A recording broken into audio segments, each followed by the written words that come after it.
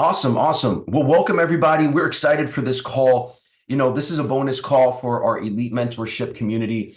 And if you guys aren't familiar with elite mentorship, we're a trading community where we focus primarily on trading futures and trading Forex. Also, we talk cryptocurrency investing.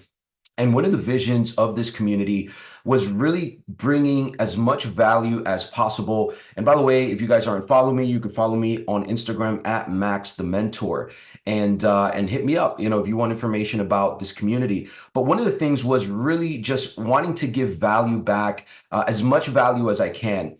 And one of the things I want to do is once a month, just bring in experts that can share with you from their experience. And these are people that maybe have nothing to do with trading, but they have an expertise that'll impact your financial life.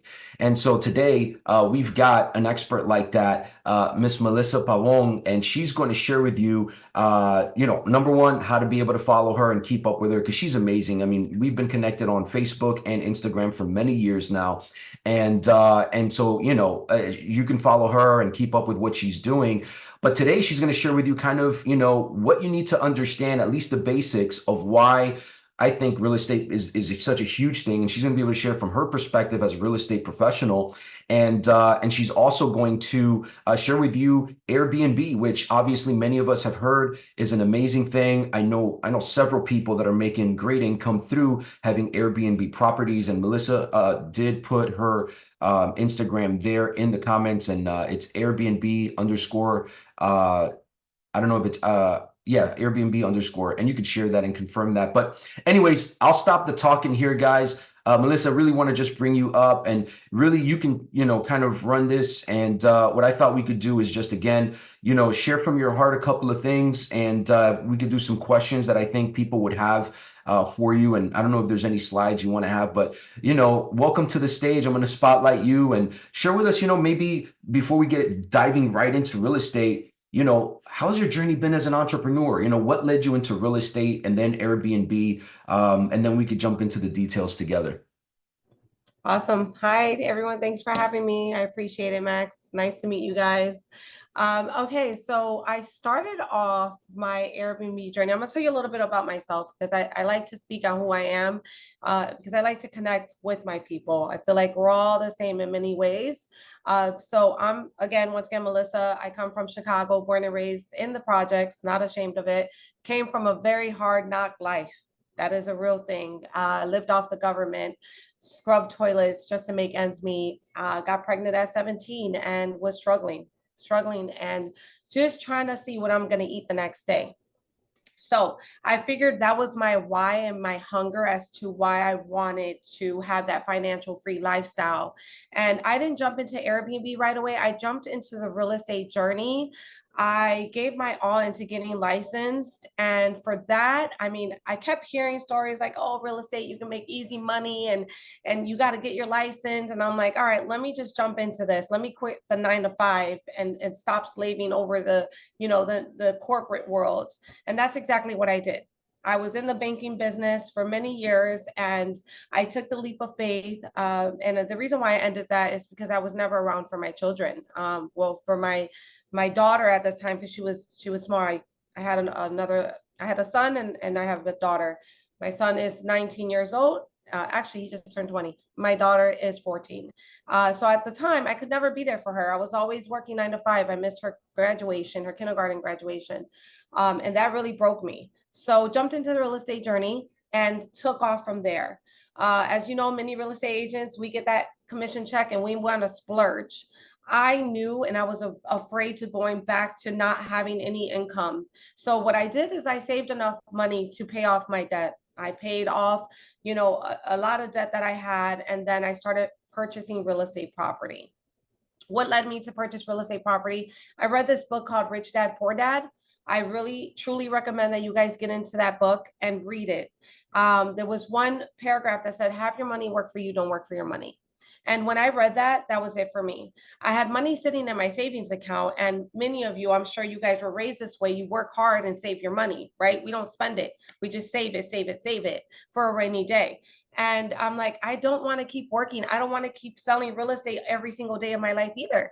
I want to have a lifestyle where I can enjoy my family. I can travel and I can be in the moment because I feel like we were put in this world to enjoy our life, not to sit here and work and slave over money. So that's exactly what I did. I went to Orlando and I purchased my first Airbnb property, and I ventured off in new areas in real estate investing, not just Airbnb, but long term as well. It has been a challenge. I'm not going to say that it's been easy. There's been many setbacks, but I've learned so many lessons from it. And it's all about being consistent and pushing my limits and staying focused and learning the market. That's how my journey has been as an entrepreneur. Good. And thank you. Thank you. Hey, give it up, guys, in the chat box. What a story. What an amazing story. And I'll tell you, once you follow Melissa, you'll see she's just such an incredible human being and so excited for everything you're doing. Melissa, as we shift a little bit, let's talk about the current real estate market. So everybody's going to say real estate is too expensive, right? What is your take on somebody who's scared to buy or thinks it's too expensive? What is your take on where real estate is right now, maybe going into the next 5 years? Should people be waiting? Should people be trying to buy? What would you say is the market right now? And maybe talk about interest rates if you have any understanding there of how that's going to affect things. Of course, I love this question. I get this asked by a lot of my clients who are investors and are actually holding off to buy because they're afraid of the market. And I always tell them, listen, the real estate market is always shifting, but there's always opportunity in every cycle. Right now, like we're seeing the interest rates, they were high just like last month, and now they're low again, right? It's an emotional roller coaster. However, they're now that they're at 6%, this is when I tell my investors, like, this is when we really should be jumping into the market, right? Because if not, we're going to get into a situation where it's going to be a multiple offer situation. And just like when the interest rates were very high, I told them the same thing. We need to jump in the market now. Why? Because there's not many buyers out there. We don't have much competition going on right now. So I just always say, listen, there's always going to be a shift. There's always going to be a shift in the market, but there is always opportunity. It's all about knowing your market, knowing the areas, and if the numbers make sense, jump on it. Don't let the interest rate scare you. I always say too, you can always refi, date the interest rate. You're dating the interest rate. Get the property at a lower price value if you can, jump on it, hold on to it, and then you can refi later. I mean, I closed on a property at 8%, 8.5%. And let me tell you, it's making me money. But you better believe once we get that interest rate stabilized, I'm going to refi and I'm going to make even more money. Oh, this is good stuff. This is good stuff. And guys, this gets me excited. I get all kinds of ideas and questions I want to ask just by, when you're talking. How about, the concept of long-term investing versus like people that want to flip a property? What do you think the status of the market is right now? Is it easy to flip a property, or is it in someone's best interest to hold on to that? So right now I'm actually flipping a property myself. I'm flipping it in Michigan, Detroit, Michigan. I'm actually in the stage of getting licensed out there. It's all about knowing the market in different states, different areas. You don't have to only flip here in Florida. I don't know. I saw some people are in Texas. I saw that they put in the chat. You need to just know the market. And if you don't know your market, get to know another market. I went out of my way and I traveled to Michigan, took a business trip, and I put that on my business credit card, and I got to know the areas, and now I'm flipping a property out there and I'm going to make a killer on that flip. Now, long term out there in Michigan, it's not a great idea right now. I don't agree with doing long term right now in Michigan because it's just they're not for the landlord, they are for the tenants. I mean, evictions will take longer, etc. Here in Florida, for instance, long term is great. If you can get a property out here and do long term, which I have a long term property out here, jump on it. It's all about making that residual income. So flips, you have to know, no emotions attached. You're just getting that money and getting out, and know your numbers. For long term, no emotions attached either, because you're going to get a tenant, right? But as long as it's going to make you that residual income, that's what matters. So yes, there's no in between for me. I see opportunity everywhere, long term versus flips. If you can do both, do both. I'm doing both right now. And you brought something up which I think is so important, which is, and I was going to mention this. What are your thoughts on, because obviously, we're in South Florida. We do have people on this call, actually, believe it or not, around the world. So there's people here that are actually in different countries. Similar things will also relate to them. But I like your thought process on buying properties outside of the state that you live in if there's a market that you see an opportunity in. But what you're saying is go to that market, like check out the city, make sure that you have an understanding of what's going on there. Yes, and the reason why I say that is because yes, you may know real estate agents, etc., but I'm a firm believer. I'm a hands-on type of girl. I want to know what I feel like it makes me more confident in making a decision when I know the area and what's around. So listen, if you can afford to take a trip and put it on your business credit card, which that's something I also teach. I teach people how to build their business credit. You can leverage that so you can travel to these locations and you can write these expenses off, but get to know the area. This only took me honestly a weekend to do. Got it. No, that's incredible. Two questions I have. One, what about for people, because obviously most people on this call are not real estate agents, and it's been my experience that, man, if you don't have the right real estate agent, real estate is a pain, even just for your own personal property. How important is it to get connected with a good real estate agent? And are you still representing folks as an agent, or are you only doing investing right now? No, no, no. I am actually still a full-on real estate agent. I still list properties. I still help my clients buy their properties, etc. I would tell you this, and I'm not saying, oh, hire me. No, you need to make sure you interview the agent as far as like how many properties do you own? Do you have any investment properties? Mm, You know, what is your experience on this? Don't just pick a real estate agent because they're your friend or they're your family member. mm, You need someone who knows their stuff. I mean, when I work with my clients, like I'll tell them straight up, I know you love this property. I know you're emotionally connected and you're excited, but this is not going to work. The numbers don't make sense. I wouldn't buy it. That's how I do that. mm. And they're like, you know what? I trust you. You know, because listen, I want to make a deal, but I also want my clients to use me over and over again. You know what I'm saying? So I'm going to make sure that they are going to be coming back to me once they're making that profit on that property. So you want to make sure when you're using a real estate agent, they're actually experienced and they own investment properties. They've done flips. If you're interested in doing flips, they are familiar with the area. Okay. So to me, that's super, super important. If I don't have an agent that I can help in another state for my client, I will interview that agent for them. You know That's what I'm yeah. saying? So I'm not going to say, hey, venture off and go find an agent. I'm here when you're ready to start the Airbnb. No, I'm interviewing that agent. How many properties do you own? How are you familiar with this? Are you familiar with Airbnb? Are you familiar with flipping or long term? I need to know. So you need to interview your clients the same way. I mean, your agents the same way. I'm sorry. Yeah, yeah. And guys, I mean, quick plug, I'll tell you, I have friends that are real estate agents, but quick plug, if you guys are in Florida, or you said also you're trying to get it in Michigan, right? Your license? I not trying. You got it? On my way there to take the state test. I'll be Okay, so if you guys want a property in Michigan or Florida, you already know, reach out to Melissa. I want you guys to follow her anyways, but if you need a realtor, realtor, reach out to her and she'll hook you up. A couple of other questions. I think a big question for folks on here is going to be, and guys, by the way, if you have some good questions, drop them in the chat and we'll try to go through as many as we can during our time together. But what about those folks who have never purchased and maybe are like, man, I'm trying to scrape up enough money right now to do this, right? I mean, what would you say to a person that doesn't know if they would qualify income wise, or they don't know how much money they would need? What are some goals that they should be aiming for? And also credit wise, if they're trying to buy their first property, what would you say they should be aiming for? Income, down payment, and credit. What are some things you think they should be aiming for? I would tell you what I did, and I'll be transparent. I was one who had a credit score at 400. Okay, at one point, I had no idea. I was like, I'm never going to have a high credit score. All right, I'm never going to be able to own a property or have a credit card. The first thing I did was sat with a lender. Okay, that was the first thing I did. I said, listen, this is where I'm at.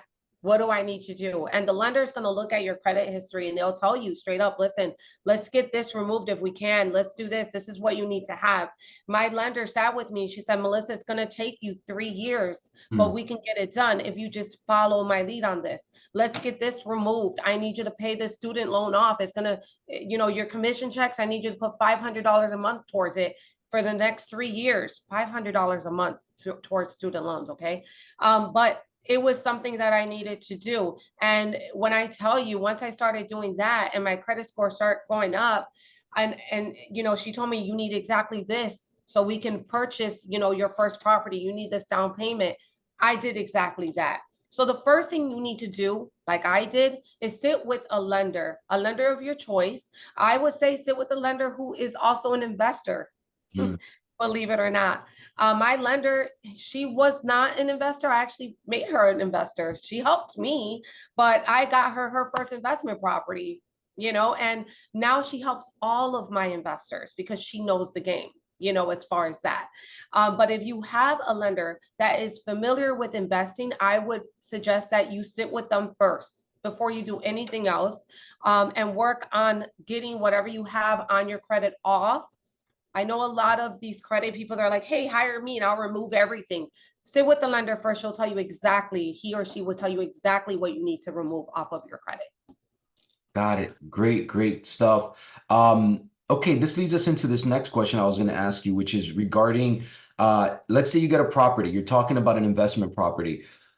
How do you decide whether you're going to rent that thing out and like traditionally, or if you're going to make it an Airbnb property? What would go into making that type of decision? So what I actually do, every property I look at, first I see if I can do Airbnb. I'll be straight up with you because Airbnb, you're making the most.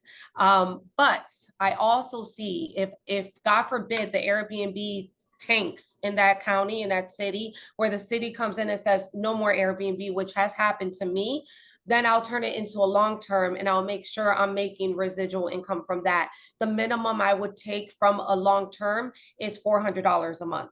So that I always check to see first Airbnb, because Airbnb, I'm going to make the most profits.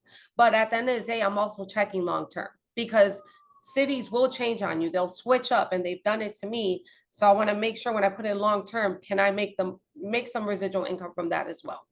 That's how I do it. And we have a little guest behind you in our with Oh, hey. Hey. say Uh, hi. cute. Um, It's my bonus baby. yeah. Now we have another guest on here. Yes. She's ready to travel. Yeah, mama. Okay, I'm on a call. Say bye. Say My. bye, everyone. All right. Um, you know, and I'll tell you, I've heard different things on like sometimes Airbnb isn't 100% and some people don't do well. I mean, my thought process is if there's tourism in that area of that property, Airbnb is probably going to do well. If there's no tourism, that's probably not the type of property you want to put on Airbnb. I don't know if that's accurate, but because it doesn't sound like every property in every area should do Airbnb, but rather you should probably pick places that there's more tourism and stuff like that. Is that accurate? Not necessarily. I have two properties right now that are not in the place where a lot of tourism go. Actually, it's in Gainesville, Florida. I don't know if you guys are familiar with Gainesville. It's not a place that anyone wants to really visit. However, there is, a college out there that's very popular. And a lot of students and nurses and doctors travel there. So I make a lot of my income from the students and from the parents that travel there for their students. There's football, season that happens out there. The Gators, for example, like they're very popular. So like for a weekend, I'm making $1,200 on my Airbnb property. It's sick. So no, I personally, I'm not going to go hang out over there. It's boring to me, but it's making me good money. So I bought two properties because of that. Yeah, oh, that's good to know. That's very good to know. Um, and I think, and Catalina put in the chat box, Catalina, maybe check that question. You said I see people getting Airbnb to rent it as an Airbnb. I don't think you're able to do that, but Yes. is that a Yes. thing? Yes, it's a thing. I do that too. So I that's actually that's have the a course on that. arbitrage. I think I saw you Yes. posting about that. Yes. All right, maybe Yes. talk about that a little bit. How does that Yeah, work? sure. Yeah, that's actually very, very popular. And I always recommend for those who don't have a down payment, right? Who don't have that 20% down to purchase a property. If you have first, last, and security on that you can get a rental, go that route because you are, for me as an investor, I'm like, I want to buy, right? But there's people who don't have that ability. So I'm like, do that too. Because I have a rental that I put on Airbnb and I make $1,000 a month from that. I do. So what I have to tell you though is you need to make sure that Airbnb is allowed with the landlord, and you need to get it in writing. So I actually have a course on that, and I teach that because, mommy, I'm on a call. You have to give me a minute, okay? Don't interrupt anymore. Okay, this is what it is being a boss babe. You have And many we're roles. gonna talk We'll talk about about that. that. Yeah, we're gonna talk about.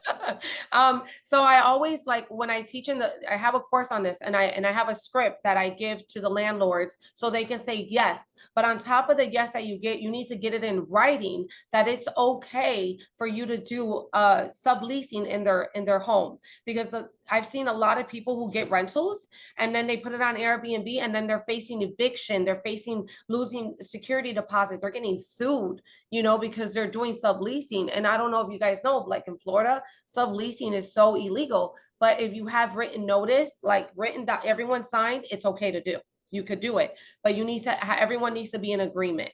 But it's definitely something very popular. I actually get excited talking about it because it's easy. That's easy. You just find a rental, and Airbnb actually has a link in their app, which I teach them in my one-on-one coaching. They have all these rental properties already approved for you to do Airbnb in. So You there you got to go, pick which guys. one Yeah. you want. Yeah. Yeah, yeah. So another thing, I mean, guys, if you want to learn more about this, getting properties to rent and and then putting them on Airbnb, again, that's something you can reach out to Melissa about. That's something she specializes in, and she can help you. And you don't have to figure out how to buy a property, and need tens of thousands of dollars to buy a property. You could literally go this route. I think this is a good place for us to, just talk about, what you mentioned. So what is it like? I have, I would say probably at least 60%, if not maybe 65, 70% of my community is women. It's female entrepreneurs that just want to win. And obviously there's a lot that comes with that. And you're a mom, maybe talk a little bit about that. What is that like for your advantage, but also, the challenges that you've overcame and how they can overcome it too.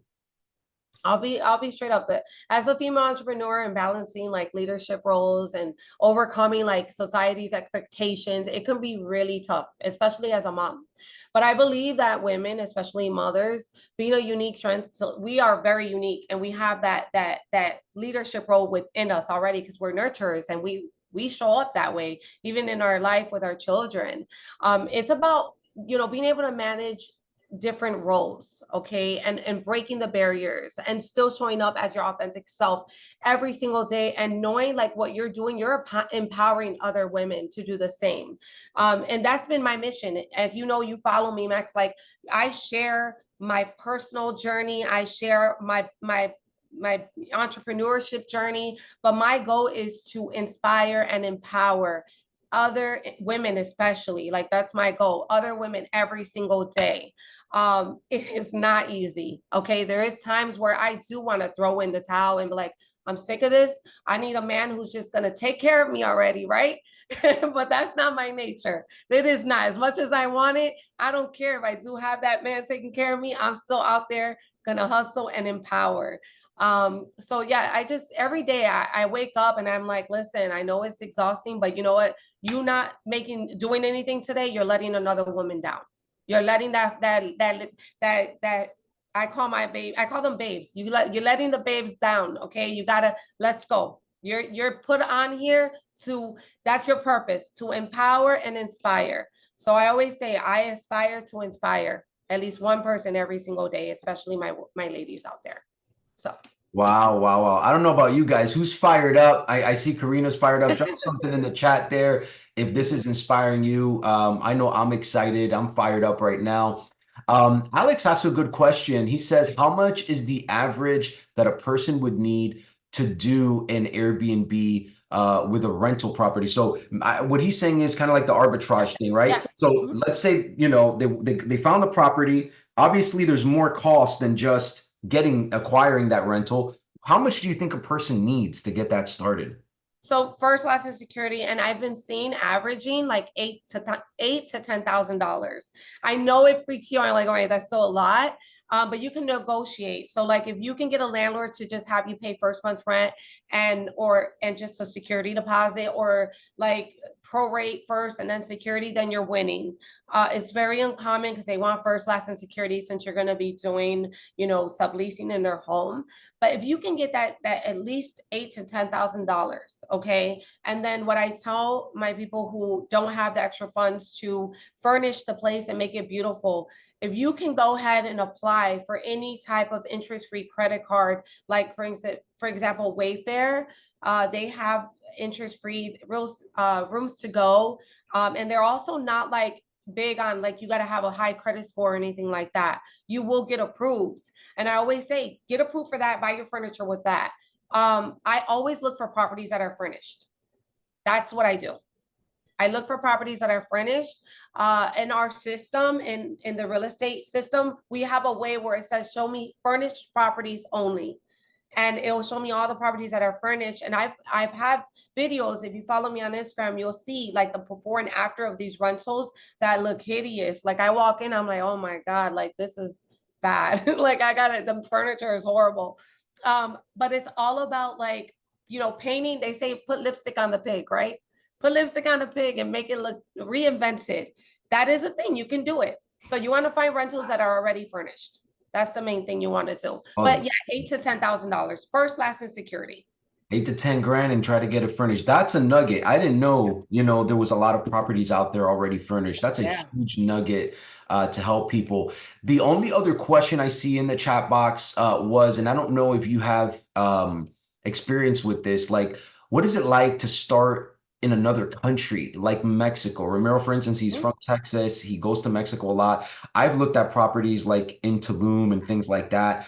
Do you have any experience in that or thoughts on that? So yeah, I actually went to Mexico last year because I still want to invest out there, and I stayed in an Airbnb. And it's actually very easy. I haven't done it yet because now I'm like, I'm now buying properties where I want to stay at. So like I'm leaning towards Costa Rica because I fell in love with Costa Rica. Mexico was awesome, but it's very simple. The thing with Mexico is it's cash. You need to have cash, or you need to get a hard money lender or whatever. They do offer those like for you, like for US money to convert it. But at the end of the day, I always say this: if you can find an investor here in the US, what do I mean by that? For example, my lender, right? She has millions sitting, let's just say in her account. She's like, Mel, invest this money for me. I'll be your bank. 7%, pay me 7% of interest and I'll give you the cash.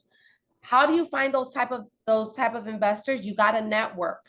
I have so many in line if I need the cash because I network. I go to networking events and I meet attorneys and I meet doctors and all these people who have money sitting there because they don't believe in investing in real estate, which to me is insane. But you run into people like that who are like, nah, I'm not buying investment properties.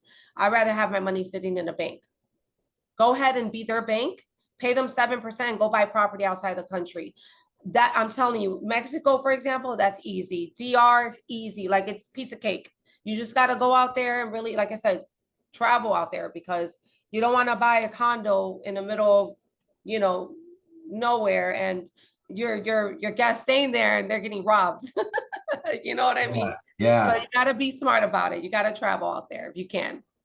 And there's some good nuggets, guys. If you're listening between the lines, Melissa has worked her business for years to get to a place where a lender would lend her money. So you may think, oh, I don't know anybody with millions. Well, have you put yourself out there? And many of you guys have tried different businesses. And I'll tell you, I've been very successful in the MLM world before, I became very successful in the trading world. And what I'll tell you is whatever you put your heart into, you just got to hit it at 100%. And Melissa hitting the real estate world like she has is what's allowed her to have the connections, right? Another great question is, so for instance, Sheriff, Sheriff is from another country, right? He lives actually in Africa, in Nigeria, I believe it is. And anyway, Sheriff is saying, hey, what about outside investors? Because I know that happens a lot. They're in another country. How easy is it for them to invest in properties in the US? So I don't know what their structure is out there and how they can invest here. I can't answer that. But I would say it would have to be the same way. Like they have to get their currency exchanged in some way or somehow, or like I just said, meet another investor that has the cash that is willing to lend it to you and you pay them the interest. But is So there like restrictions? Like I know that sometimes you'll get like Venezuelan or Colombian investors, they'll buy a property in the US, but they don't even live here. Is yes. how is that like? Have you ever dealt with Yeah, that? and I've never had any issues. It's very smooth.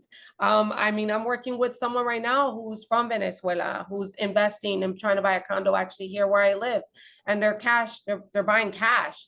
I get that a lot actually, but I honestly I couldn't answer on how Yeah. it is, like how it works for them. But during the transaction, it's smooth. I don't know how they're getting the funds. I don't know how it's being done, but I don't know. Right. But it's smooth. So That's good. Well, we're starting to wrap up now, guys. If you have any questions, drop them. Melissa, is there anything else that you planned on covering or you'd want to cover during our time together that you think folks should hear about? I mean, I just feel like we covered everything, and one thing I could say, if you're on the fence, oh goodness, this little one. Well, sorry guys, but you know what it It's is. all good. It's all If you're on the fence of wanting to do this, but fears like taking control, that means you need to jump on it. You need to jump on it because that means that your blessings are waiting for you on the other side. Don't let fear scare you. I always tell my clients, listen, if it doesn't work, you can always sell it again, resell the property. You're never stuck in anything that's not working out for you.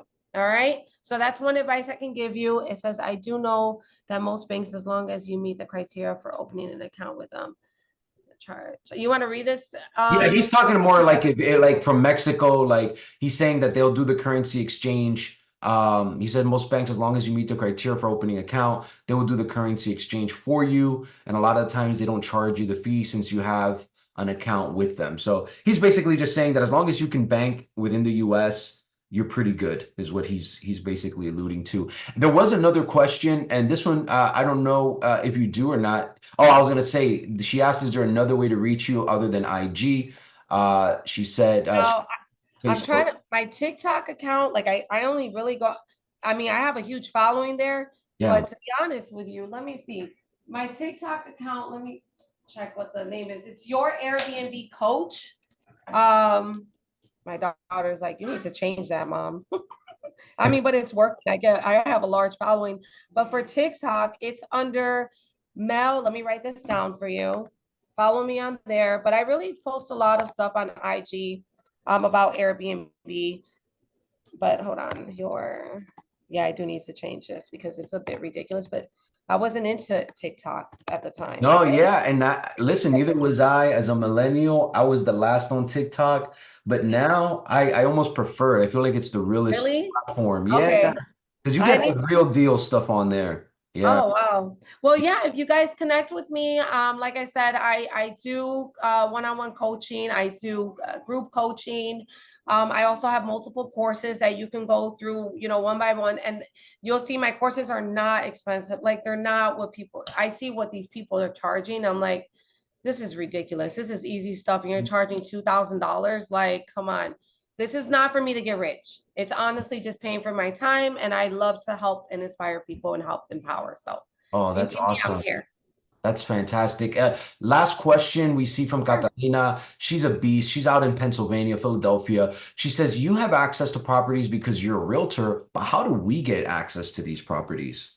Is her So yeah, I love that question. So yes, you can rely on Zillow, but if you're interested in getting properties, connect with a real estate agent who can add you to we can add you to a list of properties that you'll get daily in the criteria that you're looking for. So for instance, Carolina, I don't know if you're here in Florida or where you're at, but I'm more than happy to add you on a drip so you can get these properties every single day. If you just share your email address or you can connect with me outside of this, I'll add you. That's not a problem. And you can get the She's in property. Pennsylvania, actually, but I think Catalina, you were thinking about moving to Florida.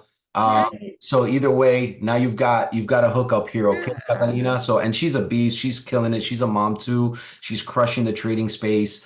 So she's Nice. definitely maybe gonna be in the market. Karina says, I am in Phoenix. I would love to connect. Oh, Phoenix is good for Airbnb. Phoenix is really good. It's up there. Yeah. So Phoenix is really good. If you can get to know, that's another place for Airbnb. If you can go get to know the areas more, Phoenix is good for Airbnb. Let me Good money. just take these emails real quick. And guys, did you guys get value from this call? I mean, I don't know. I got excited. So I feel like I got a lot of information here. I'm ready to start. My goal is to get a property within the next 6 months. So we're gonna make that happen. Um, I'm just taking down, oh, we got a lot of emails. So let me go ahead and just get all these Thank emails you. for you. Someone asked Remember, about Georgia. Yes. Atlanta is good. Downtown Atlanta is good. But you only can own one property at a time out there. You can't do multiple, just so you know. now is when you say you can't own multiple, like as Investment as you properties. get a loan or for Airbnb? Or no, like they only allow for you to have like one. I don't know if it's just Airbnb, but you're only allowed to have one investment property. Okay. It's a little You know, crazy, but yeah, that is crazy. But you know what? And I'll ask you this, that brings up a good question as I'm taking these emails.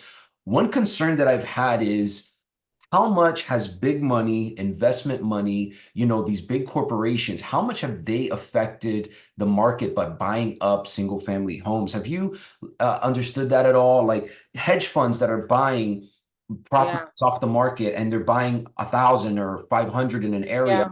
and causing massive competition. Yeah, it was an issue at one point. I won't even lie. It happened actually in St. Pete.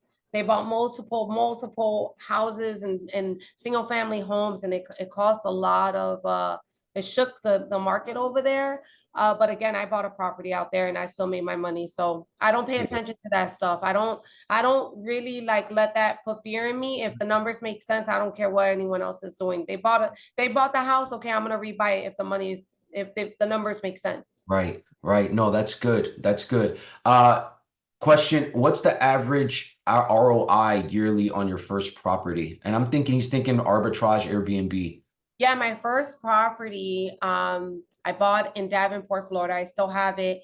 It was making me when I had to file my taxes, it was showing almost $40,000 for the year. Profit. And my mortgage was only $635. Oh wow. Oh wow. That's phenomenal. Yeah. That's phenomenal. All right, guys. Well, we're gonna go ahead and bring this to a My close. daughter. Uh um Melissa, anything else you wanted to say as we go?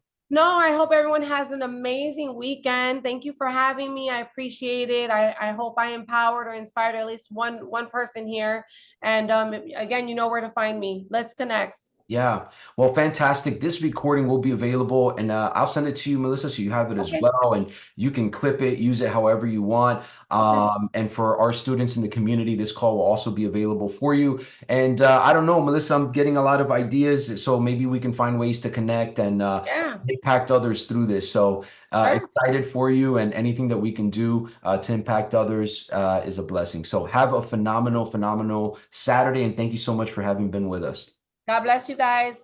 Bye. Thank you again.